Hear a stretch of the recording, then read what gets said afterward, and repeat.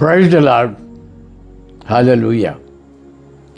ప్రభువునందు ప్రియమైన సహోదరి సహోదరులారా, ఈ కరోనా వ్యాధి వలన లాక్డౌన్ మే 3 వరకు పెంచినందు చేత ఆలయాలు ఇంకా మూతబడే ఉన్నాయి.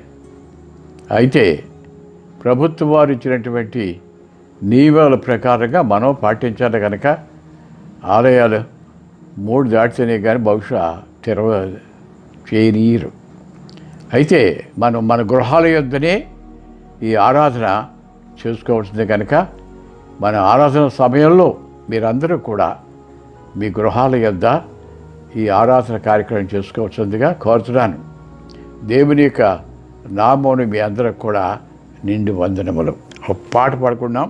ఆరాధనా ఆరాధనా ఆత్మతో ఆరాధనా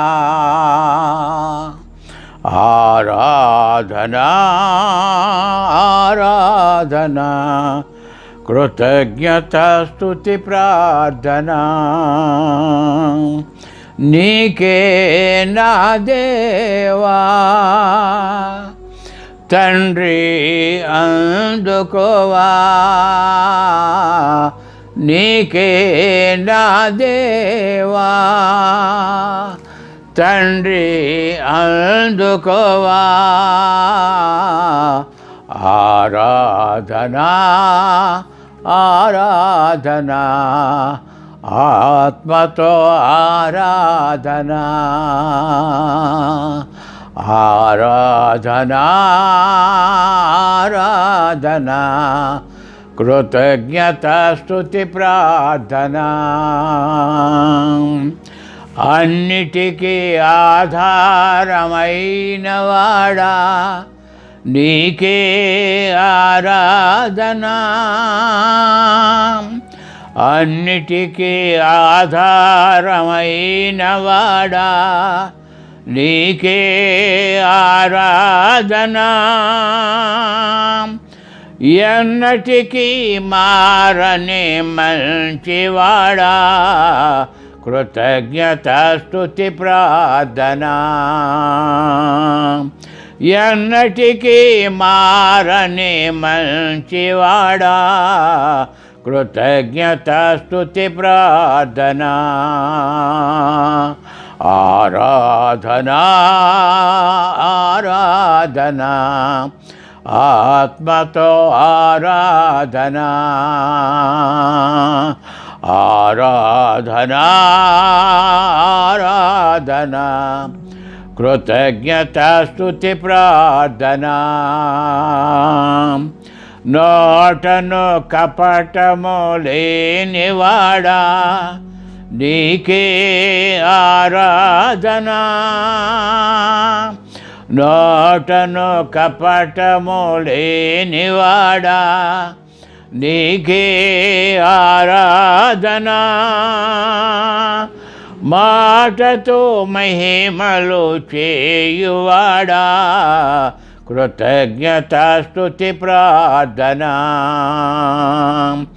మాటతో మహిమలు చేయువాడా కృతజ్ఞత స్తుతి ప్రార్థనా ఆరాధనా ఆరాధనా ఆత్మతో ఆరాధనా ఆరాధనా ఆరాధనా కృతజ్ఞత స్తుతి ప్రార్థనా అంతయు వ్యాపించి ఉన్నవాడా నీకే ఆరాధనా అంతయు వ్యాపించి ఉన్నవాడా నీకే ఆరాధనా చింతలు తీర్చెటి గొప్పవాడా కృతజ్ఞత స్తుతి ప్రార్థనా చింతలు తీర్చెటి గొప్పవాడా కృతజ్ఞత స్తుతి ప్రార్థనా ఆరాధనా ఆరాధనా ఆత్మతో ఆరాధనా ఆరాధనా ఆరాధనా కృతజ్ఞత స్తుతి ప్రార్థనా నీకే నా దేవా తండ్రి అందుకోవా నీకే నా దేవా తండ్రి అందుకోవా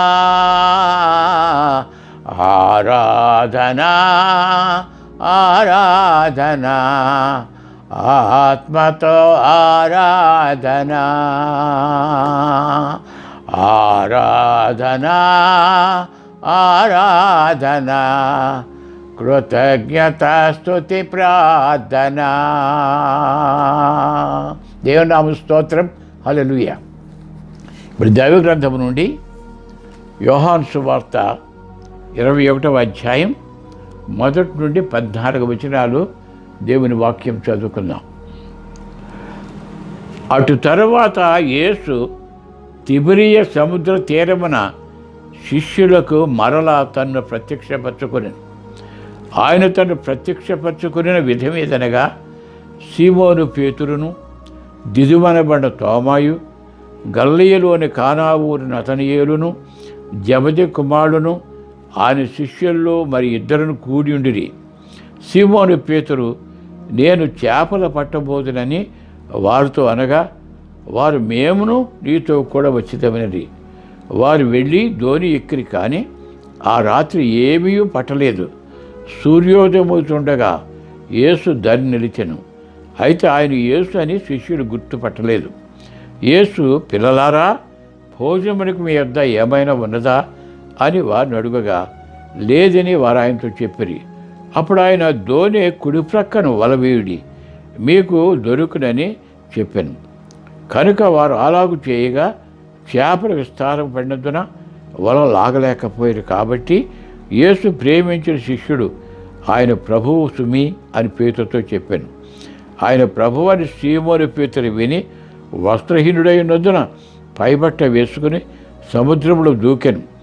దరి ఇంచుమించు 300 మూరల దూరమునందున తక్కిన శిష్యుడు చేపల గల వల లాగుతూ ఆ చిన్న దోణిలో వచ్చరి.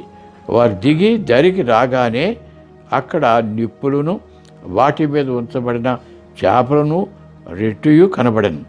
యేసు మీరిప్పుడు పట్టిన చేపలలో కొన్ని తీసుకుని రండని వారితో చెప్పగా సీమోను పేతురు ధోని ఎక్కి వలను దరికి లాగాను.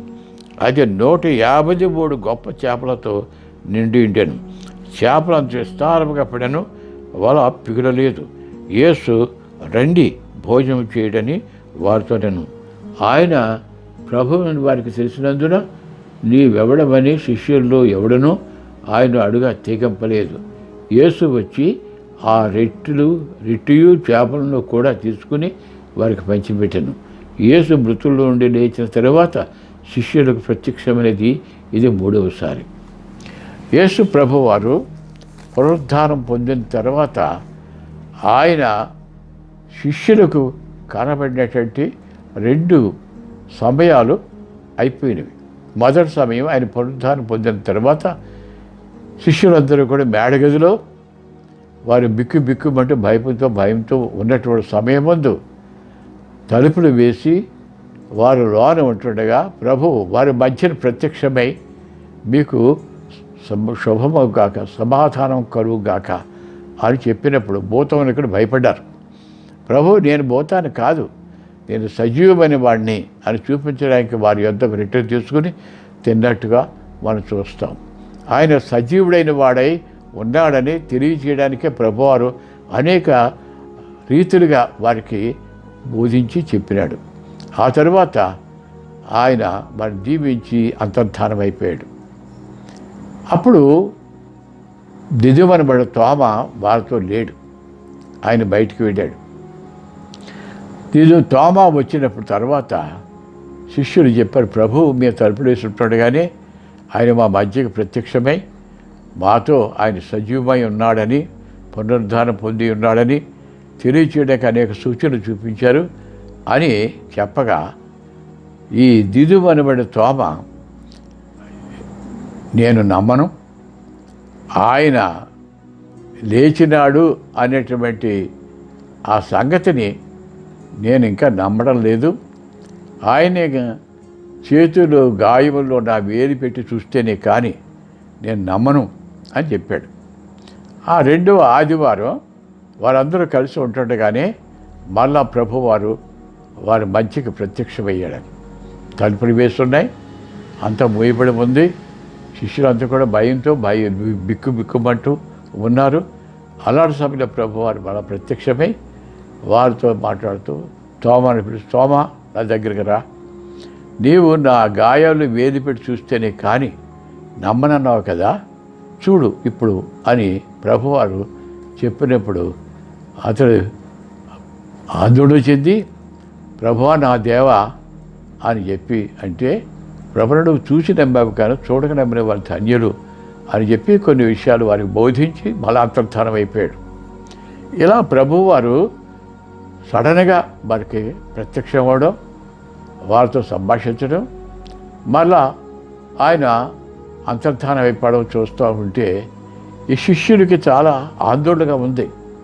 ఆ ప్రభువు మనతో వస్తున్నాడు, కనబడిపోతున్నాడు, కానీ మన చుట్టూ కూడా ప్రమాదకరమైన పరిస్థితి ఉంది.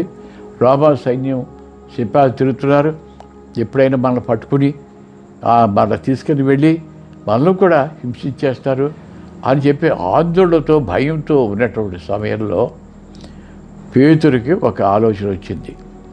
ఇంకిక్కడ ఉంటే మనకు భోజనం కూడా ఉండదు, బయటికి వెళ్ళడానికి కూడా అవకాశం లేదు.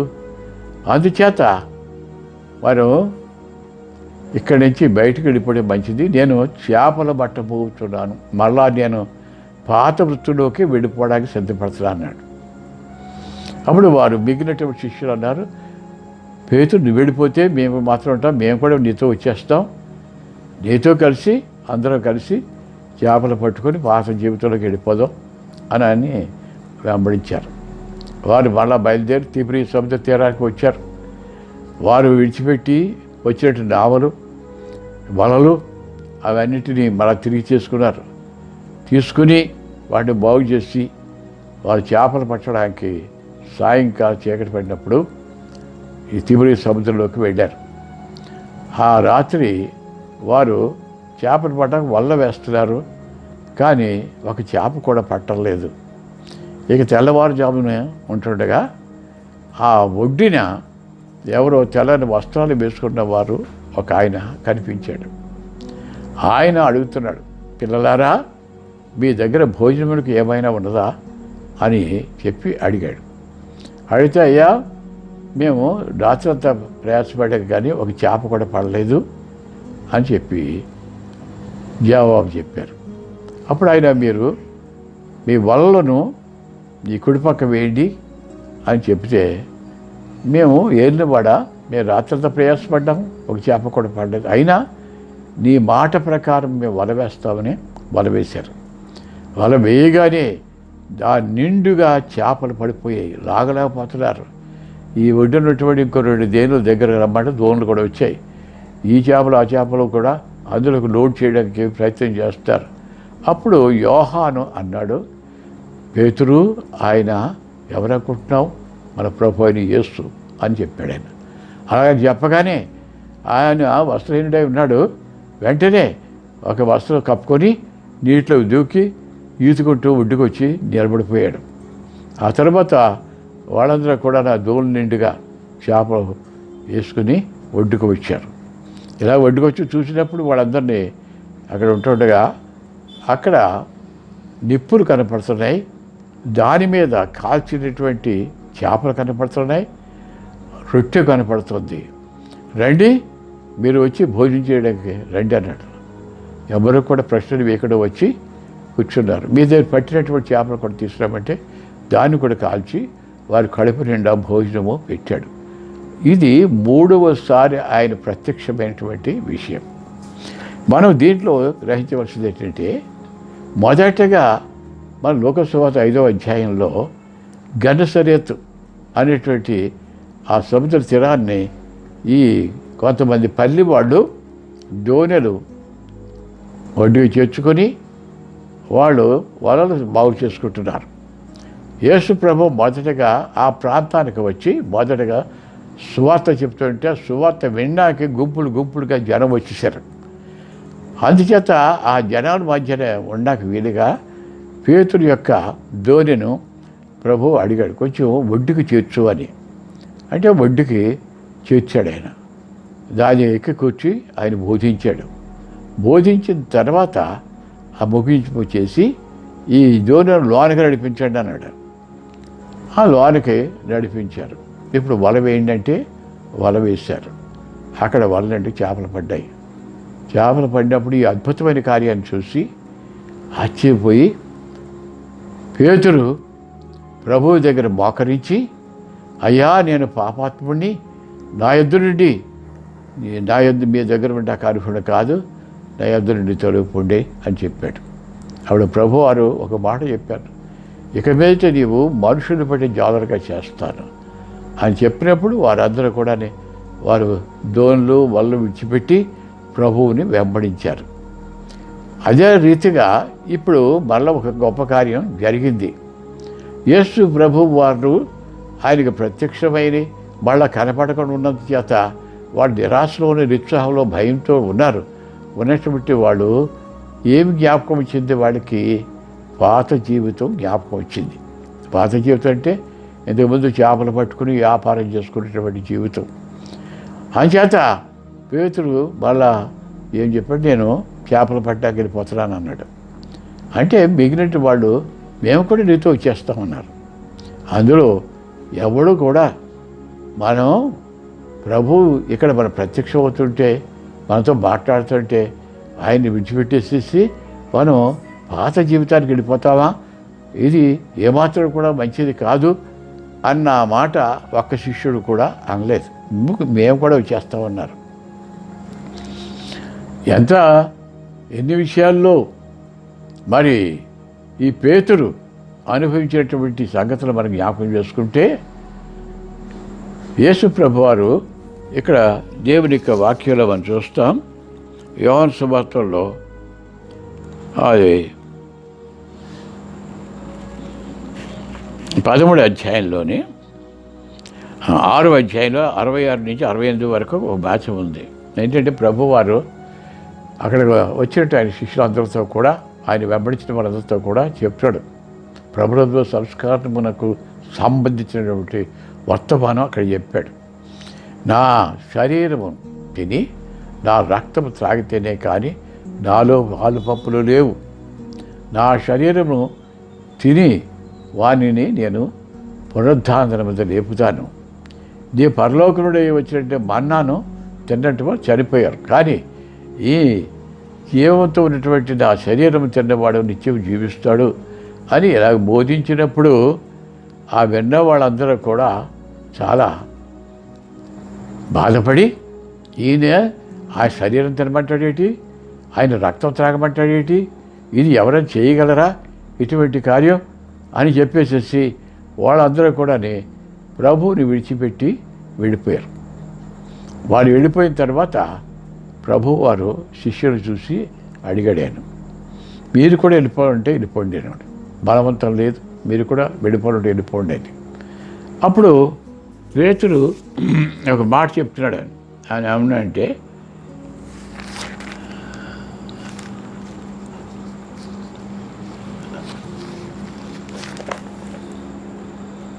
యోహాను సువార్త 6వ అధ్యాయం 28వ వచనం చదువుతున్నాను నేను.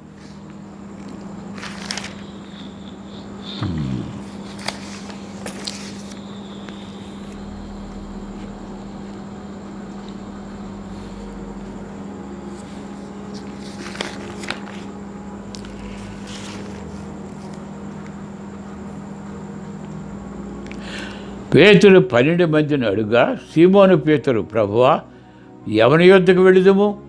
నీవే నిత్య జీవముగా మాటలు గలవాడు, నీవే దేవుని పరిశుద్ధుడివని మేము విశ్వసించి ఎరిగి ఉన్నామని అతనితో చెప్పాను. అందుకు యేసు, నేను 12 మిమ్మల్ని ఏర్పరచుకుంటున్నాను కదా, మీరు ఒకడు అపవాది అని వారితో చెప్పాను. సీమోను కుమారుడు ఇస్కరియోతు యోధ 12 మందిలో ఒకడై ఉండి ఆయన్ని అప్పగపోతుండేను గనుక వారి గురించి ఆయన ఈ మాట చెప్పాను. ప్రభువారు అన్నాడు, మేమెక్కడికి వెళ్తాం? నీవు జీవము గలటువంటి నిత్య జీవము గలటువంటి మాటలు చెప్పేవాడవు, నీవు పరిశుద్ధుడవు, దేవుని పరిశుద్ధుడవు అని చెప్పి అంత గొప్ప సాక్ష్యము చెప్పి ప్రభుని వెంబడించాడు. అయితే ప్రభు అంటున్నాడైనా, మీరు 12 మందిలో ఒకడు అపవాది అన్నాడు. అపవాది సాతాను యొక్క సంబంధించిన వాడు 12 మందిలో ఒకడున్నాడు. అతడే ఇస్కరియోతు యోధ. ఈ యోధాని గురించి ఒక మాట చెప్పాల. అదేమిటంటే, ప్రభువుకి యోధ యొక్క సంగతి అంతా తెలుసు. మనం యోహాను సువార్త 12వ అధ్యాయంలోని ఆయన ఆ ఇంటిలో ఉండినప్పుడు మరియా జటామాంస అత్తరే శీర్ణ తీసుకుని ఆయన తల మీద కాళ్ళ మీద పోసి అభిషేకించింది. అప్పుడు ఈ ఇస్కరియోతు యోధ అన్నాడు, అయ్యయ్యో, ఎంత విలువైనటువంటి అత్తర ఇలాగ తల మీద పోసేసి పాడు చేసి దీన్ని అమ్మి పేదలకు పంచి పెడితే ఎంతో వాళ్ళు చక్కగా ఆనందంతో ఆహారం తీసుకుందరు అని చెబితే, అక్కడ దేవుని వాక్యం ఏంటంటే, అతడు పేదల మీద అభిమానం ఉండి కాదు, అతడు దొంగయి ఆ సంచిలో వేసిన డబ్బును అతడు దొంగిలించి వచ్చిన కనుక ఆ మాటలు చెప్పాను. మరి ఇస్కరియోతు యోధ యొక్క సంగతులన్నీ ప్రభువు తెలుసు. ఈ సంచి, డబ్బు సంచిని అతడికి అప్పచెప్పాడు. అతడు ఆ డబ్బు సంచిని ఎలాగా వాడుతున్నాడో ఒక్కసారి కూడా అడగలేదు. ఎంత డబ్బు ఉంది, ఎంత డబ్బు నీ దగ్గర పెట్టుకుని ఉన్నావు అని కూడా అడగలేదు. అతడు ఇలాగా దొంగిలించి ఆ డబ్బు జల్సాగా ఖర్చు పెట్టుకుంటున్నాడని తెలిసినప్పటికీ నలుగురిలో పెట్టి వీడిని సిగ్గపరిచేద్దాం అన్నట్టు రీతిగా కూడా ఎప్పుడు ప్రయత్నించలేదు. అతన్ని నీవు ఇంత దొంగతనం ఎందుకు చేస్తున్నావు అని గద్దించలేదు. ఆయన ఎంతో ఓర్మితో ఈ ఇస్కరియోతు యోధ చేస్తున్న పనులు తెలిసినప్పటికీ ఆ ప్రభువు అతన్ని ఓర్మితో అవకాశాలు ఇచ్చాడు. ఆయన చివరికి మీరు ఒకడు అప్పగించడని చెప్తుంటే పేతురు సైగ చేశాడు యోహానికి, అడుగని, ఎవరు ప్రభా? నేనా ప్రభ అంటే ఇస్కరియోతు కూడా నేనా ప్రభా అంటే అవునన్నాడు ఆయన. కానీ అది అందరికీ తెలియలేదు. అలాగే అతడు ఇస్కరియోతు యోధ ఇన్ని అక్రమైన మార్గాల్లో ఉండినప్పటికీ అతనికి చివరి వరకు కూడా అవకాశం ఇచ్చాడు ఆయన. చివరి వరకు గెచ్చిమిన తోటలో కూడా ఆయన వచ్చి ముద్దు పెట్టుకున్నా కానీ అప్పుడు కూడా చివరిగా అవకాశం ఇచ్చాడు. చివరికి అతడే బయటికి పోయి ఒక తాడు తీసుకుని చెట్టుకి వేసుకుని ఉరివేసుకుని పడిపోయి నేల కడుపు పగిలి అతడు చచ్చిపోయాడు. అతడే చచ్చిపోయాడు. అది చచ్చిపోవడం ఇక్కడ కింద పడ్డాడు కానీ అది నరకంలో పోయాడు అన్నమాట. అంతేగాని ప్రభువారు అతన్ని ఏమాత్రం కూడా గద్దించడం కానీ అతన్ని నలుగురు సిగ్గుపరచడం కానీ చేయలేదు. కేవలం ఆయన్ని నీవు ఏంటి ఇటాటి పని చేస్తున్నావని అడగలేదు, అతనికి అవకాశం ఇచ్చాడు. కనుక ఇక్కడ ఇస్కరియోతు యోధ కూడా శిష్యుల్లో ఒకటిగా ఉన్నాడు. ప్రభువారు ఈ పేతురును చూసి పేతురుతో చెప్తున్నప్పుడు, ఇదిగో నన్ను పట్టుకుని అన్యాయంగా నన్ను బంధించినప్పుడు అందరూ పారిపోతారు, కానీ ఆ జనమందు అందరూ గొర్రెలు చెదిరిపోయినట్టు చెదిరిపోతారు అని చెబితే పేతురు అన్నాడు, ప్రభా, ఎవరు వెళ్ళిపోయినా కానీ నా ప్రాణమైన అప్పగించి నేను విడిచిపెట్టంటే ప్రభు అన్నాడు, నీవు తెల్లవారికి కోడి కూయక ముందు ముమ్మారు నన్ను ఎరగనని మొక్కుతావు అని చెప్పాడు ఆయన. అంటే పేతురు ఇలాంటి శాస్త్రమైన మాటలు చెప్పాడే తప్ప ఇప్పుడు చూస్తే శిష్యులతో ఏమంటాడంటే నేను పాత వృత్తిలోకి వెళ్ళిపోతాను అన్నాడు. ఎందుకంటే వారు భయంతో ఉన్నాడు, ఆందోళనతున్నారు, బాధతో ఉన్నారు. వెళ్ళిపోతే మళ్ళీగా స్వేచ్ఛగా మన చేపలు పట్టుకొని మన వ్యాపారం చేసుకొని బతకొచ్చు అన్నటువంటి ఉద్దేశంతో చెప్తే మిగిలిన వాళ్ళు ఎవరు కూడా దాన్ని ఖండించడం కానీ నిరుత్సాహపరచడం కానీ చేయకుండా అతన్నే వెంబడించి వచ్చేసారు. వచ్చిన తర్వాత ఆ చేపలు పడ్డానికి వలలు వేసుకుని వెళ్ళారు. రాత్రంతా చాలా వలలు వేశారు, కానీ ఒక చేప కూడా పడలేదు. అంచేత వాళ్ళు ఏమనుకున్నారంటే ఏమైపోయి చేపలన్నీ ఇక్కడే కదా మనం ఎన్నోసార్లు చేపలు పెట్టాం అని చెప్పి వాళ్ళు ఇక వచ్చేయడానికి సిద్ధంగా ఉన్నారు. అప్పుడు ప్రభు వారు అక్కడ వాళ్ళైతే ప్రభు చెప్పినటువంటి మేడగదిని విడిచిపెట్టి ఇక్కడికి వచ్చేసారు, కానీ ప్రభు వాళ్ళని విడిచిపెట్టలేదు. అంచేత ప్రభు అంటాడైనా పిల్లలారా తింటుకు మీ వద్ద ఏమైనా ఆహారం ఉండదా అని అడిగాడు.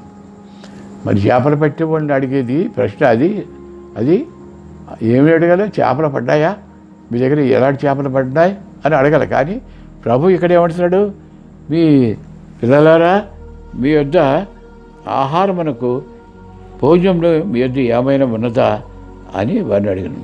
లేదని వారాయంతో చెప్పారు. అప్పుడైనా దోని కుడి ప్రక్కన బల వేడి మీకు దొరుకునని చెప్పారు.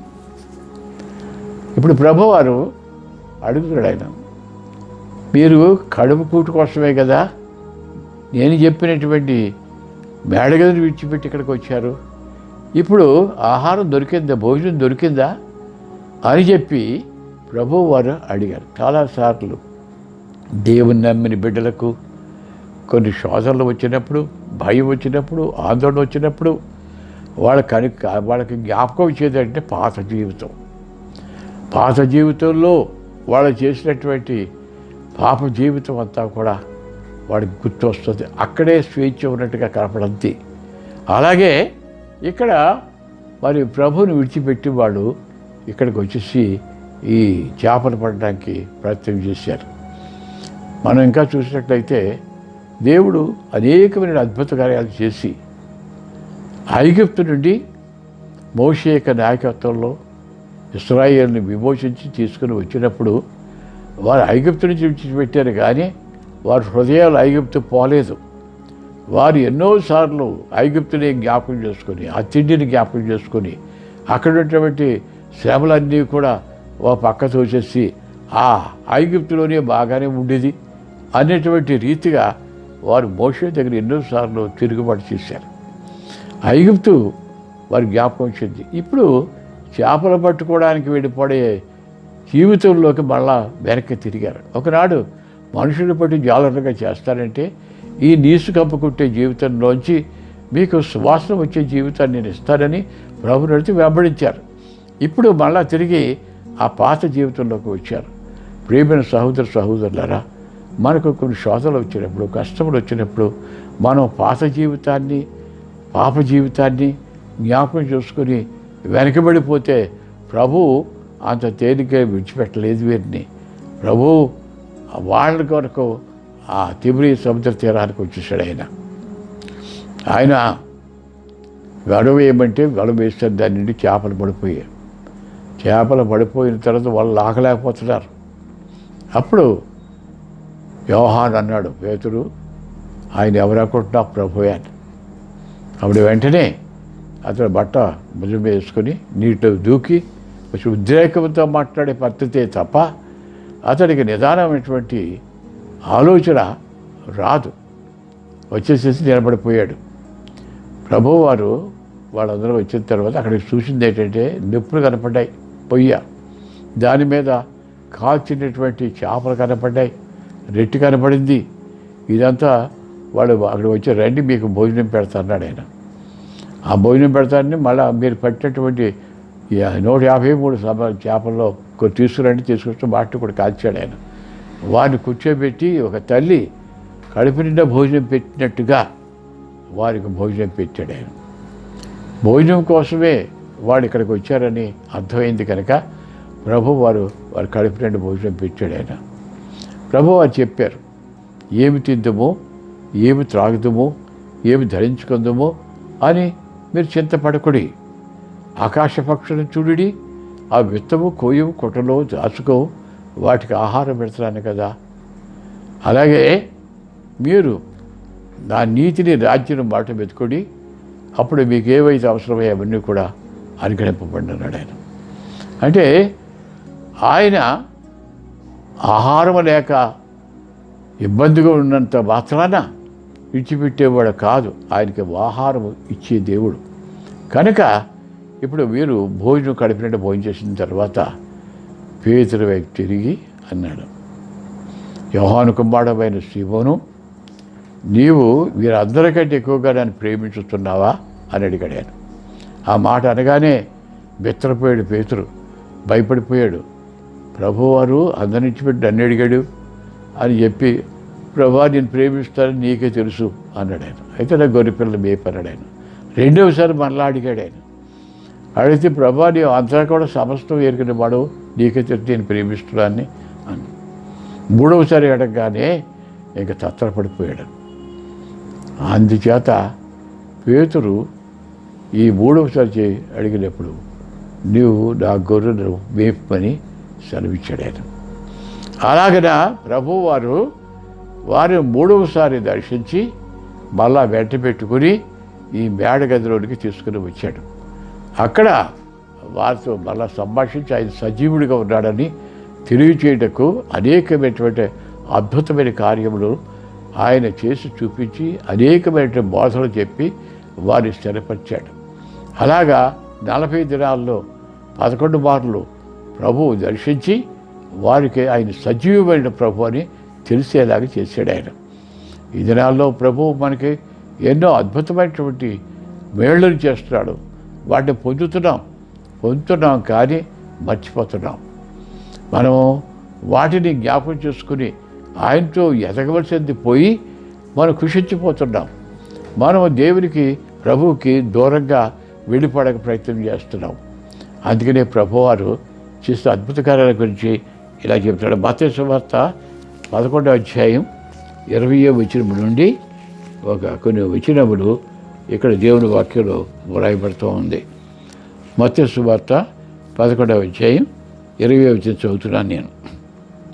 పిమ్మట ఏ పట్టణములలో ఆయన విస్తారమైన అద్భుతములు చేసినో ఆ పట్టణముల వారు మారు మనసు పొందక పోవుట వలన ఆయన వారిని గద్దెంపసాగను. అయ్యో కొరాజీనా, అయ్యో బెత్సైదా, మీ మధ్యను చేయబడిన అద్భుతములు తూరు సీదోను పట్టణములలో, ఆ పట్టణంలో వారు పూర్వమే గోనెపెట్ట కట్టుకుని బూడిద వేసుకుని మారు మనసు పొంది ఇద్దరు. విమర్శ దినమందు మీ గతి కంటే తూరు సీదోను పట్టణముల వారి గతి వారవతగినదై ఉండునని మీతో చెప్పుచున్నాను. కపెర్నహూమా, ఆకాశం మట్టుకు హెచ్చింపబడదవా, నీవు పాతాళమునకు దిగిపోదు. నీలో చేయబడిన అద్భుతములు సొదొమలో చేయబడిన పక్షమున అది నేటి వరకు నిలిచి ఉండును. విమర్శ దినమందు నీ గతి కంటే సొదొమ దేశపు వారి గతి వారవతగినదై ఉండునని మీతో చెప్పుచున్నాను. ప్రభువారు అనేకమైన అద్భుతములు చేశారు. ఎందుకంటే ఆ జనులు వాటిని అనుభవించి మారు మనసు పొంది దేవుని రాజ్యములకు వారసులుగా అవ్వాలని ప్రభువారు ఆ గొప్ప అద్భుతములు వారు పనిచేశాడు.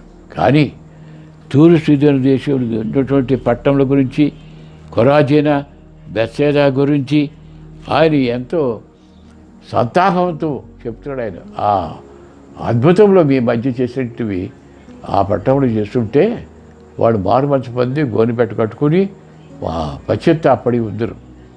అయితే మీరు ఆ అవకాశాన్ని కూడా సద్వినియోగపరచుకోలేదు. కొరాజీనా, నీవు హెచ్చించబడుతున్నావు కానీ నీవు పాతాళం దిగిపోతావు.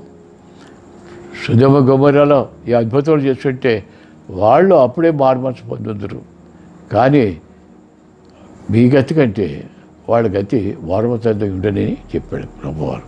అంటే ప్రభువు మనకి ఎన్నో అద్భుతమైనటువంటి మేళ్లను చేసినప్పటికీ వాటిని మరిచిపోయి మనం ఆ పాత జీవితానికే వెళ్ళిపోవడానికి ప్రయత్నం చేస్తాం. మరి మనం యోబు చరిత్ర చదువుతాం. యోబు యొక్క ఆస్తి పోయింది, మందలు పోయాయి, ఆస్తి పోయింది, 10 మంది బిడ్డలు చనిపోయారు ఒకసారి. ఇవన్నీ జరిగినప్పుడు సాతాను యోబు యొక్క భార్యను ప్రవేశించి వచ్చి చెబుతుంది, ఎందుకయ్యా ఇంకా దేవుడు అని అంటావు?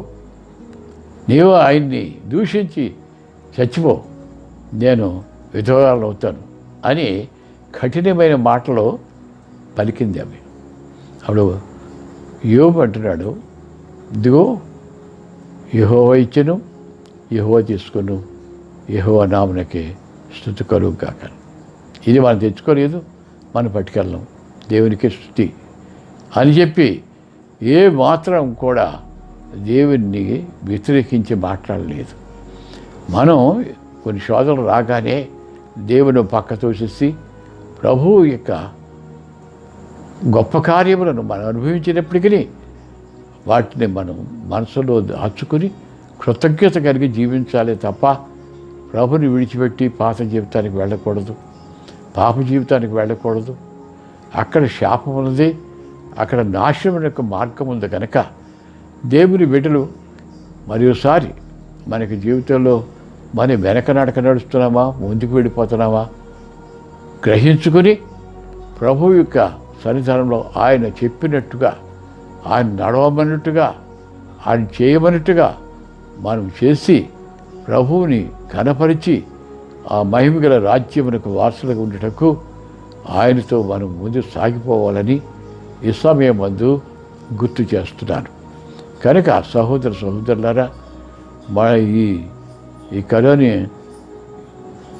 ఈ వ్యాధి గురించి ఆలయాలు మూయబడి ఉన్నప్పటికీ మన గృహాల యొద్ద మనం ఈ ఆరాధన చేసుకుని దేవుని కనపరచవాలని, అలాగనే ప్రభువుని కనపరచడం ద్వారా ఈ కరోనా వ్యాధి వ్యాపించకుండా మన ప్రార్థనలో జ్ఞాపకించుకొని మనము మన చుట్టుపక్కల వారు, మన దేశం, ప్రపంచం అంతా కూడా ఆందోళనతో ఉంటుండగా దాని నుండి దేవుడు కాపాడులాగా మనము కూడా ప్రార్థన చేద్దాం. కనుక దేవుని యొక్క పరిశుద్ధ నామం ఈ ఆదివారం దినమందు మన హృదయములు విప్పి మనం వెనకకి వెళ్ళిపోతున్నామా, దేవునికి దూరం అయిపోతున్నామా అని తెలుసుకొని మన దేవునితో ప్రభువుతో ముందుకు సాగిపోయి దేవుని రాజ్య సంబంధులుగా మనం జీవించాలని ప్రభు పేరట మరోసారి జ్ఞాపకం చేస్తున్నాను, ప్రార్థన చేస్తున్నాను. ప్రభువా, ప్రియమైన తండ్రి, నీవు మా కొరకు ఈ లోకంలోనికి నరావతారిగా వచ్చి అందరి నిమిత్తము శాపములు నీ మీద భరించి శిలువ మరణం తిరిగి లేచినటువంటి పునరుద్ధాన దినమందు శిష్యులకు దర్శనమిచ్చినటువంటి ఆ కార్యముని మనం గుర్తు చేసుకున్నాం. ప్రభువా, మా దేవా, వారు భయముతో ఆందోళనతో నీవు ఉండమన్నటువంటి ఆ మేడగది నుంచి వారు బయటకు వచ్చి పాత జీవితానికి వెళ్ళిపోవడానికి ప్రయత్నం చేశారు.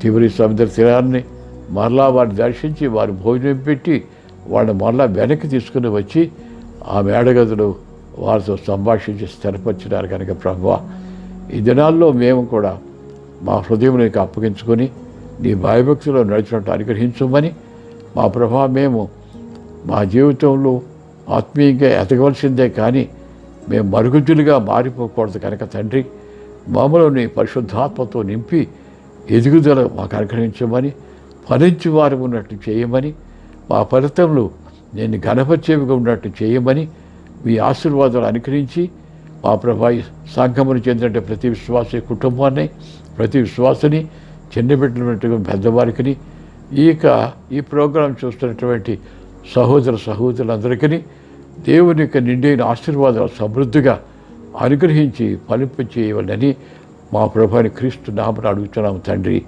ఆమేన్. పరలోకమందున మా తండ్రి, నీ నామం పరిశుద్ధపరచబడును గాక, నీ రాజ్యం వచ్చును గాక, నీ చిత్తం పరలోకమంది ఎలాగును అలాగనే భూమి మీద నెరవేరును గాక. మాకు కావలసిన ఆహారుడు మాకు దయచేయము, మా రుణస్తులు మీకు క్షమించు ప్రకారం మనము క్షమించుము, మమ్మ శోధులోనికి తేక కీడుని తప్పించు. ఎందుకంటే రాజ్యము, బలం, మహిమయు నీవై ఉన్నావు తండ్రి. ఆమేన్. తండ్రిని దేవుని యొక్క ప్రేమయు, ప్రభుని యేసుక్రీస్తు కృపయు, పరిశుద్ధాత్మ దేవుని నిండైన ఆశీర్వాదములు ఆయన ప్రేమించిన ప్రతి వారికి, సంఘమును చెందినటువంటి ప్రతి విశ్వాసుని సదాకాలము తోడైండును కాక. ఆమేన్. God bless you.